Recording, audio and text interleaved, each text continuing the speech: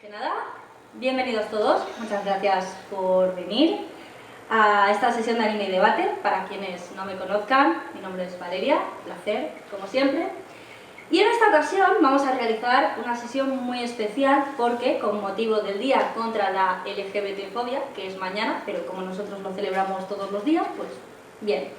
Vamos a dedicarle una sesión a Ryoko Ikeda, autora de obras tan memorables como La Rosa de Versalles. Pero, antes que nada, me gustaría hacer un poquito de repaso, ya que es con motivo de este día, sobre qué es exactamente la teoría queer y por qué está tan vinculado a la obra de Ikeda. Así que vamos a ver. Antes que nada, ¿qué significa la palabra queer? La palabra queer se utilizaba ya de entrada en el siglo XIX, aunque ya se sabe que existía per se ya en el siglo XVIII, como un insulto a personas consideradas en aquel entonces, en ese contexto, como desviadas, ¿vale? Es decir, personas que no entraban básicamente dentro del molde social heterosexual pautado y marcado. Pero es importante tener presente que queer no era en aquel entonces la definición, a ver, es un poco complicado, pero sería como, no es considerada la definición de la cualidad de una persona, ¿de acuerdo? No es que esa persona tenga como el atributo peyorativo o no peyorativo de queer, sino que hacía más bien alusión a la incapacidad del sujeto que utilizaba la palabra queer en encontrar una categoría a esa persona que no se ajustaba a tus moldes. Es decir, se dirigía como insulto a todas aquellas personas que ponían en riesgo el juego social establecido, básicamente. En castellano no hay aquello, una definición exacta y precisa, pero podría traducirse como desviado, extraño, en el sentido, por ejemplo, de marimacho, marica, trans, sadomasoquista, pero no solo a lo que se podrían considerar sexualidades alternativas o fuera de los márgenes en ese momento sobre todo, sino también a borrachos, drogadictos, ladrones, en fin, gente que siempre teniendo presente que es en ese contexto, pues eran consideradas incívicas, vamos a decirlo así, ¿no? Pero también es importante tener presente que como aquellas personas que hacían uso de la palabra queer para referirse a otras, quería decir que por tanto se estaban situando a sí mismas como pues abanderadas del decoro y la buena conducta, que todo habría que verlo, pero en principio se abanderaban como ello. Pero ya durante el siglo XX y muy especialmente a partir de la década de 1980 con la crisis del SIDA, esta palabra fue apropiada justamente por microcolectivos a los que justamente se pretendía agredir, es decir, colectivos LGBT, resignificándola y aportándole en este caso una nueva definición, en este caso positiva. Sin embargo, también es importante tener presente una cosa, del mismo modo que sucede con el feminismo, ¿no? Donde no existe una sola rama legítima, y por lo tanto hablar de feminismo sería mejor hablar de feminismos en plural, pues en este caso sucede lo mismo. En este caso hablar de teoría queer como si existiera una sola, única y válida, pues de entrada sería simplificarlo demasiado y también excluir otras ramas igual de válidas. Por lo tanto, pues sería más interesante hablar de estudios queer. Estos estudios, por supuesto, tienen más trabajo en unos contextos o en otros, y en el caso de Japón, que es el que nos ocupa hoy, pues se puede afirmar que todavía queda mucho trabajo por delante, ya que se trata de un país donde las conductas heteronormativas pues todavía están muy fuertemente arraigadas, y de hecho el matrimonio homosexual no es legal. Sin embargo, también es cierto, todo hay que decirlo, ciertos gobiernos locales, como el Shibuya de Tokio, se ha tomado la iniciativa de, por lo menos, legalizar a parejas de hecho del mismo sexo. Pero, por otra parte, es interesante darse cuenta de una cosa. A pesar de esta invisibilización social de colectivos LGBT, Japón sí puede considerarse pionero en la representación de relaciones fuera de la normatividad, que en otros países, incluido España, pues le ha costado pues unas cuantas décadas más, a pesar de ser un país en el que desde junio de 2005 el matrimonio homosexual es legal.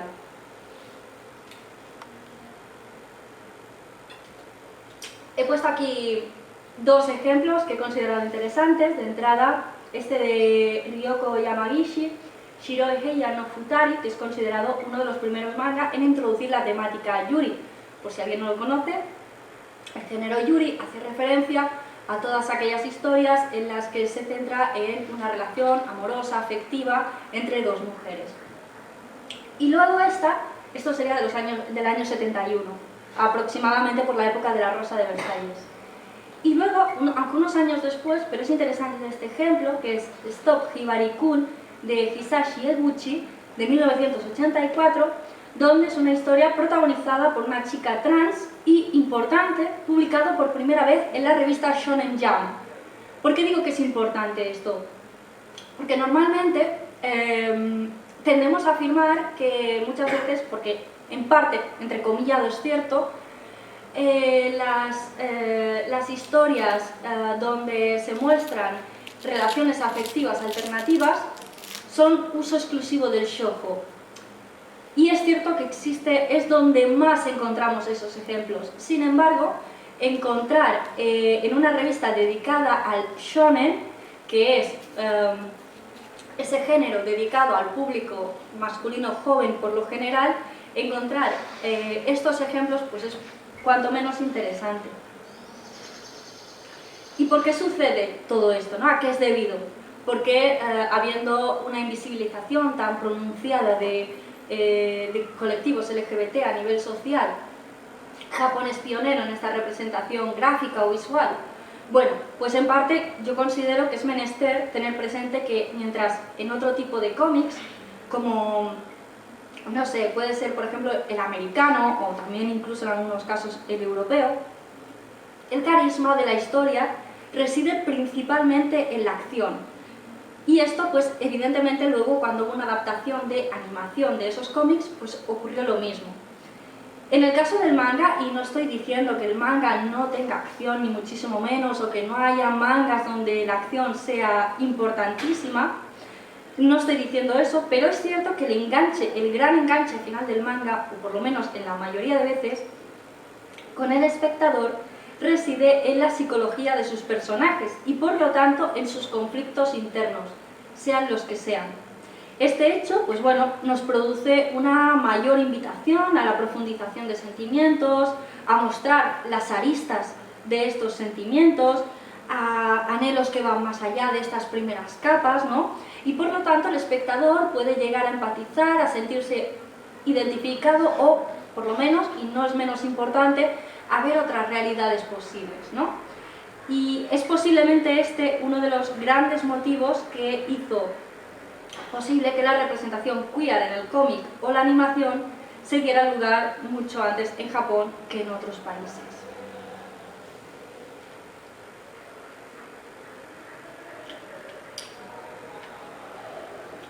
Y qué mejor género, como hemos dicho también un poco antes, como es el shoujo, género dedicado al público femenino y especializado en conflictos emocionales, para hablarnos sobre la identidad de género o las relaciones amorosas fuera de lo normativizado, un género además cuya principal misión es narrar los sentimientos de sus personajes.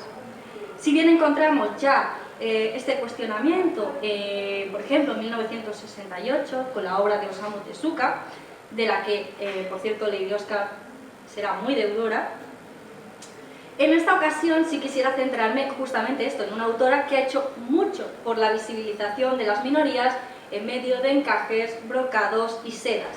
Hablo, por supuesto, de Ryoko Ikeda.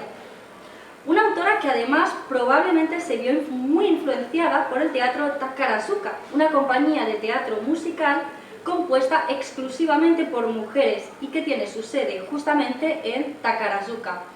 El pueblo en sí puede que no os suene, pero para ubicarnos un poco estaría como cerca de Osaka y Kobe, que tal vez son lugares que tal vez nos suenen más ni que sea a nivel gastronómico, ¿no? En esta compañía encontramos adaptaciones de lo más variadas. Encontramos desde clásicos de la literatura china o japonesa hasta otras de ambientación más rococó, barroca, occidental, que tal vez ya puedan ser más afines con este gusto tan francofílico que tiene Ikeda, ¿no? Y si bien la decisión de crear una compañía teatral exclusivamente femenina no nació tanto con la intención de mostrar personajes femeninos empoderados, sino que se hizo con la intención de que sus actrices, tiempo después, pudieran casarse y tener hijos, pudiendo ser percibidas todavía como esposa ideal, es decir, y por lo tanto casta, es decir, que no han tenido un contacto masculino previo que pudiera llegar a resultar cuestionable, lo cierto es que sí que tuvo una gran aceptación, especialmente de público femenino, por cierto, por dos cuestiones principales. La primera, por la posibilidad, por supuesto, de ver a mujeres en roles de poder. Y de forma más consciente o más inconsciente, eso ya depende de cada uno, por el componente homoerótico que podemos encontrar en la representación de escenas románticas entre dos mujeres. Y es que lo que más destaca de este teatro es justamente eso, la androginia de todas sus actrices, a quienes podemos ver en roles masculinos, conocidos como otokoyaku, como femeninos, conocidos como musumeyaku. Estos otoyaku, es decir, estos roles masculinos, además se muestran con una delicadeza muy distante a otras formas de representación, tal vez de héroes más hiperproteinados, incluso rudos y plenos de testosterona que a veces encontramos, y que por lo tanto encarnan un rol, como veremos, muy afín a los personajes de Ryoko Ikeda, es decir, Claudine, Lady Oscar, ¿no? Absolutamente caballerescos. Están llenos de sentido del honor, de romanticismo y, muy importante, muy atento con las necesidades de los personajes que encarnan los roles femeninos. En este punto, si me permitís, hablo de roles femeninos y masculinos en un sentido tradicional, ya que es el que se utiliza para diferenciar estos papeles en el propio teatro. Bueno, de este teatro tendríamos muchísimo del que hablar, es muy interesante, pero el tiempo es limitado y aquí hemos venido sobre todo a ver el primer capítulo de La Rosa de Versalles. Por lo que, continuando con Ikeda, hay otro factor que debemos tener presente y es su pertenencia al Grupo 24, conjunto de autoras nacidas alrededor del año 24, de la era Showa, que vendría a ser 1949, y que mostraban algo en común más allá del simple hecho de ser mangakas, y es su deseo de revolucionar, de tomar acción, pero no solo a través de sus personajes, sino también incluso dentro de lo que es el propio shoujo. Ellas se encargaron de revolucionar el shoujo y de hacer que el shoujo ya no fueran solo historias de niñas de primaria que les pasan cosas, sino que fuera mucho más profundo. Dentro de este colectivo, por ejemplo, encontramos a Moto Hario, personaje muy interesante que os recomiendo, y Keiko Takemiya, artistas manga que entre 1970 y 1973 entraron en contacto con la revista Barazoku, considerada además la primera revista comercial japonesa dirigida a un público directamente homosexual. ¿Y todo esto por qué es importante? ¿No? Porque es importante si yo aquí he venido a ver La Rosa de Versalles. Bueno, pues es importante conocerlo porque los artistas, del ámbito que sean, no son burbujas ajenas a su contexto, sino que responden precisamente a eso. Y eso a veces la historia del arte no lo he acabado de explicar como muy bien. Y seguramente Ryoko Ikeda pues, no fue inmune a este contexto, ¿no? tan revolucionario como lo son en realidad todos sus personajes. Y tan revolucionario, ¿por qué no?, como lo fueron sus propias decisiones vitales, en un momento en el que ser mangaka era visto casi como una bajeza. No digo que hoy en día sea el colmo del glamour, pero está tan respetado como pues bueno, cualquier otro oficio, ¿no? Sin embargo, durante la década de los años 60-70, pues esta aprobación no estaba precisamente tan expandida. Y si además de dedicarte al manga, te dedicabas al shoujo, a manga de mujeres, pues era como todavía peor, porque si ya dices, ya en aquella época decían, madre mía, dedicarte al manga, pero es que encima hablar de cosas de chicas, era como todavía más bajo, siempre nos ha tocado la mejor parte. Y de hecho, Ryoko Ikeda, antes de dedicarse al trabajo por el que es más conocida, de hecho estudió filosofía, pero finalmente decidió rebelarse en contra del deseo de sus padres, cuando finalmente, pues eso, decidió dirigir su carrera al manga. Y de hecho todo esto lo afirma la propia Ikeda en una entrevista, que aquí os he puesto un fragmento, pero si me permitís lo leeré porque añado un poquito más. Dice así: muchos de mis amigos mangaka de aquella época tuvieron que dejar la casa de sus padres o interrumpir sus relaciones con ellos para poder seguir su propio camino. Y continúa diciendo un poquito más adelante: el mensaje que llevan mis mangas fue quizás para muchos padres algo desagradable y peligroso, y de eso me doy perfectamente cuenta.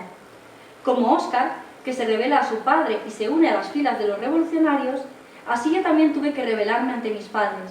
Ellos habrían querido que fuese profesora, pero lo que yo quería era crear algo mío, y me rebelé a sus deseos yéndome de casa, continuando queriéndoles, pero de lejos.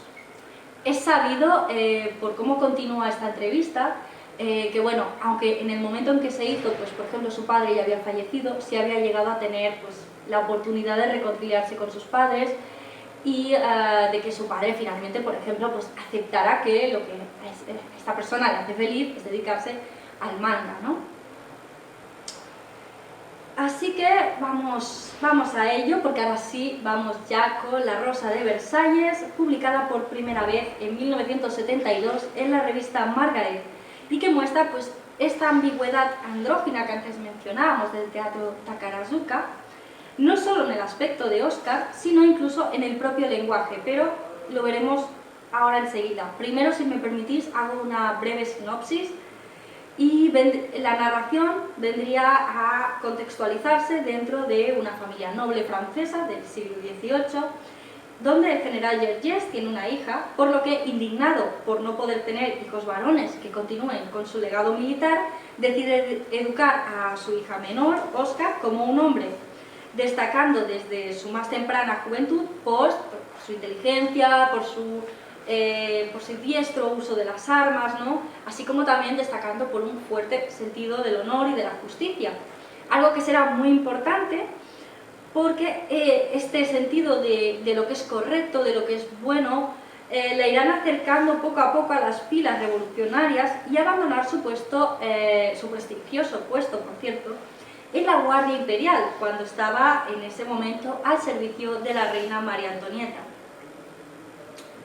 Bien, teniendo presente esta narración y tomando de nuevo el uso del lenguaje que antes mencionaba, hay escenas a lo largo de la serie en las que se utiliza un lenguaje que de entrada no correspondería al sexo biológico del personaje que se hace referencia. Por ejemplo, Oscar habla sobre sí muchas veces como boku, que es la forma japonesa que se utiliza para hablar del sexo masculino.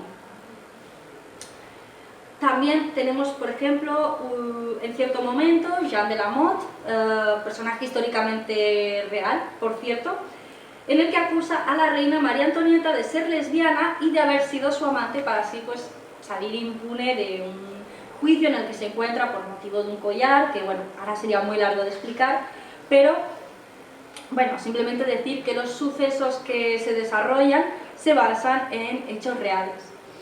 Pero aquí lo que me interesa sobre todo es el uso del lenguaje en su original japonés, donde se habla de una relación al estilo de Lesbos.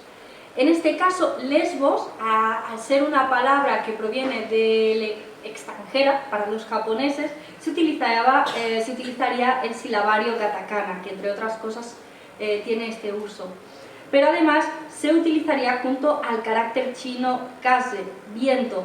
En este caso, en su lectura, onyomi. Onyomi es la adaptación japonesa de estos kanjis chinos. Por lo tanto, si queremos, la traducción más literal sería en realidad como aires de Lesbos o básicamente de aires lésbicos, ¿no? También además aparece el término doseyai, término literal que hace referencia a la homosexualidad. En este caso, estos aires de Lesbos, como la idea era dejar en evidencia a la reina, pues además se utilizan con cierta frivolidad en este caso, porque Jeanne de la Motte incluso llega a utilizar el término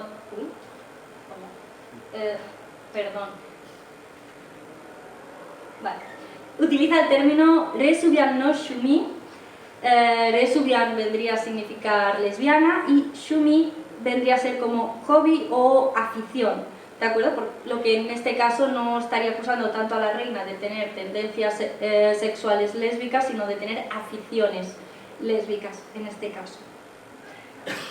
Pero es que además de este uso del lenguaje y de poner sobre la mesa, evidentemente, por otra parte, la existencia de relaciones homosexuales, aunque en este caso pudiera ser como mero entretenimiento, encontramos lo que vendrían a ser relaciones, amistades muy apasionadas, que es un término que existe en japonés para referirse a cierta amistad entre dos mujeres, como vemos, por ejemplo, entre María Antonieta y Lady Oscar, o entre la misma Lady Oscar y su protegida, Rosalie, manifestando de nuevo pues, un gusto afín a cierto homoerotismo, muy sutil, muy elegante, pero existente al fin y al cabo. Sin embargo, la presencia de conflictos de identidad de género la encontraremos de forma muy evidente en una obra mucho menos conocida de la propia Ryoko Ikeda y que no existe su versión en anime. Probablemente por eso también fuese mucho menos popular.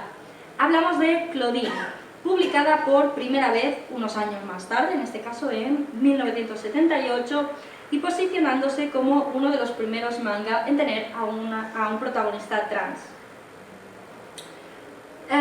Como en el caso de La Rosa de Versalles, tanto guión como dibujo son obra de Ryoko Ikeda, donde nos cuenta la historia de Claudine, que nace con un sexo biológico femenino, pero desde una edad temprana se identifica enseguida con el sexo masculino, prefiriendo de entrada, de hecho, que se le llame Claude, por lo que su madre la lleva a visitar a un psiquiatra, quien será el narrador de la historia. La historia se desarrolla a principios del siglo XX en París, un periodo que pues, también estigmatizaba mucho cualquier vínculo afectivo fuera de la norma social. Como sucede con Oscar, Claude destaca pues eso, por sus gustos refinados, por su gusto por la música barroca, su carácter caballeresco, muy gentil con su madre, tiene esta actitud de caballero, de yo te ayudo con esto que pesa, ¿no? En fin. Por lo tanto, con una gentileza hacia el sexo femenino, afín a una actitud más afín a la del caballero de la brillante armadura, si se quisiera, ¿no? Además, también es retratado, pues eso, como alguien muy inteligente, con un corazón apasionado, ¿no? Y a lo largo de la narración, pues descubrimos sus amores, algunos con más fortuna, algunos correspondidos, como en el primer caso con una criada de la casa que, sin embargo, pues debido a la muerte del padre de la criada, pues finalmente esta tiene que abandonar el hogar.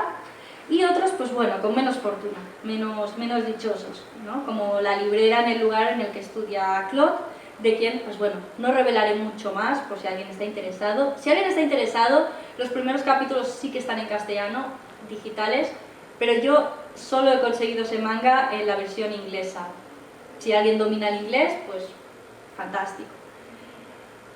Bien, eso, lejos del carácter de pasatiempo con el que Ikeda pues, nos podría hacer referencia en un principio, ¿no? Con Jeanne de la Motte y todo esto, en este caso se toma muy en serio los sentimientos de Claude, ¿no? Y sobre todo nos muestra el sufrimiento de ser, en el fondo como Lady Oscar, de ser personas que han nacido demasiado pronto, en un contexto en el que no entienden su brillantez.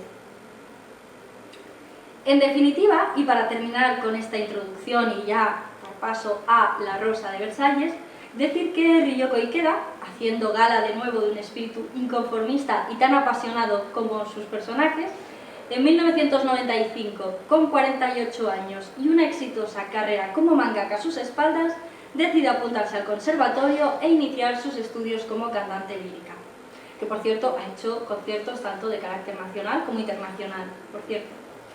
Al final es un ejemplo más de buscar siempre la autorrealización por encima de aquello que se espera, por encima de aquello que se espera en ser mangaka en un mundo en el que no estaba tan aceptado, de convertirse, de cambiar tu carrera profesional ¿dónde vas tú con esa edad? Al final es eso, seguir los dictados de tus propias inquietudes, como le sucede a sus personajes más destacados. Ahora ya sí, vamos a ver el primer capítulo de La Rosa de Versalles.